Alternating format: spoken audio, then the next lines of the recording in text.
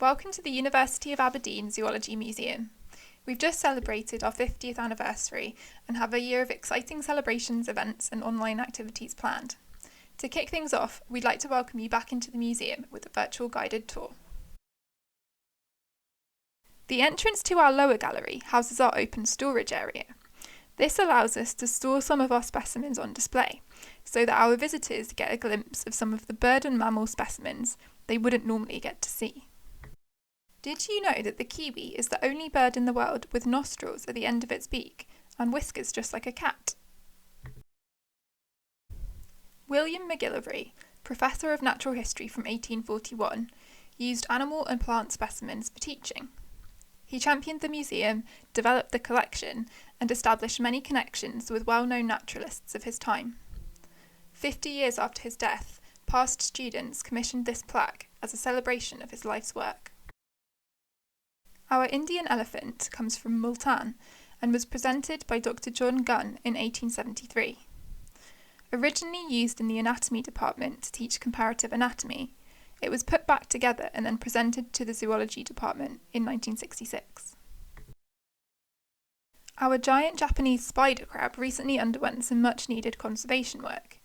Can you believe that this specimen dates back to at least 1910, when the museum was housed in Marshall College?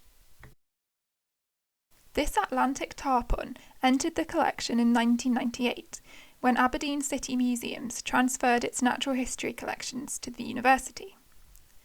Caught in 1905 in Boca Grande, Florida, it would have taken several men to wrestle this monster into a small wooden fishing boat, as was used at the time. The Careless Cat is a hybrid of a Scottish wildcat and a domesticated cat. They are thought to account for many of the suspected big cat sightings in Scotland.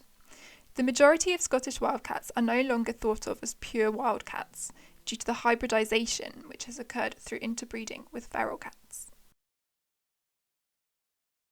This Mata Mata turtle was collected by a crew member on board an expedition through the Amazon basin led by Professor Trail between 1873 and 1875. The Mata Mata's shell and ridged skin mimics tree bark. This camouflage allows it to sit motionless amongst vegetation underwater, where it waits for prey such as small fish to swim past. This loggerhead turtle was only the second of its species ever to be caught off the coast of Scotland in the UK. In 1861, the turtle was discovered tangled in a salmon fishing net in Pennon, Aberdeenshire. It was given to Dr. Robert Dyce, Professor of Midwifery at the university, who took careful measurements and a description of the lively creature. It was later given to the Natural History Museum in Marshall College for preservation. This tapir skeleton formed part of George Wombwell's travelling menagerie in 1879. Wombwell purchased animals from ships which arrived in London from all over the world and toured his menagerie around Britain until he died in 1850. After his death, his menagerie was sold to a Mr. Bostock and became Bostock and Wombwell's menagerie. Many of Wombwell's animals sadly didn't thrive in Britain due to the cold climate and lack of proper diet. Professor Struthers was the Regius Professor of Anatomy at the university between 1863 and 1889. He used animal specimens in all of his comparative anatomy lectures and prepared many of the specimens for the museum himself. This skull of a sheep was prepared by Struthers in 1885 to show the various suture lines in each area of the skull.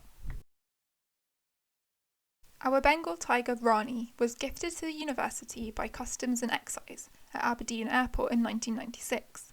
The tiger was being exported illegally, without the correct permits. As the Bengal tiger is endangered, it is fully protected under CITES legislation. These incredibly delicate glass models of jellyfish were made in Dresden, Germany, by Leopold and his son Rudolf Blaschke.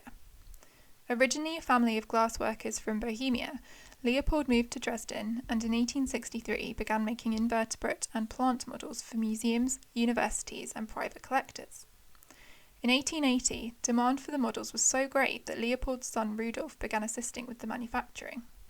Rudolph continued making models for Harvard University up until he retired at the age of 80.